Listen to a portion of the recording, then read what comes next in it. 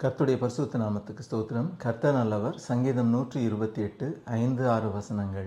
இயேசுவின் நாமம் மட்டுமே மகிமைப்படுவதாக. கர்த்தர் சீயோனில் இருந்து உன்னை ஆசீர்வதிப்பார். நீ ஜீவனுள்ள நாளெல்லாம் எருசலேமின் வாழ்வை காண்பாய். நீ உன் பிள்ளைகளையும் இஸ்ரவேலுக்கு உண்டாகும் சமாதானத்தையும் காண்பாய். கர்த்தர் சீயோனில் இருந்து உன்னை ஆசீர்வதிப்பார்.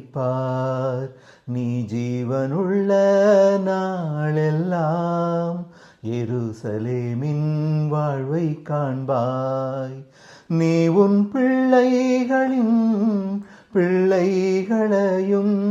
இஸ்ரவேலுக்கு உண்டாகும் சமாதானத்தையும் காண்பாய். கர்த்தர் நல்லவர்.